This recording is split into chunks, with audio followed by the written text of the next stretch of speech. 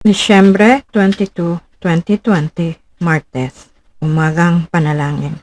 Mapagmahal naming Diyos, salamat po sa bagong umaga.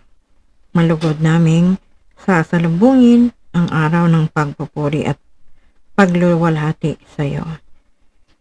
Salamat po, hinubog mo aming isip na sumunod sa tamang desisyon. Madalas nagkakamali kami at inuuna ang pansariling kagustuhan at ito ang nagpapahamak sa amin. Patawad po. Salamat po, Panginoong Hesus, sa pagsunod sa Diyos Ama. Kaming lahat ay naligtas at ngayon ay nakakaasa ng buhay na walang hanggan. Diyos Ama, ng pag-ibig, salamat sa pagpapalaganap ng pagmamahal.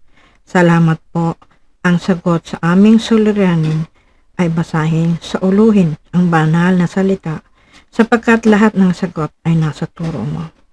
Pawiin mo aming pangamba na bumabalot sa aming isipan. Panginoong Hesus, ikaw ang dakilang Diyos, daluyan ng pag-asa. Sa iyo galing ang lahat. Naway sa pamamagitan namin, maipalaganap at maipahayag ang kabutihan mo. Sumasampalataya kami ng lubos sa iyo. Basbasan mo po ang plano namin ngayong araw.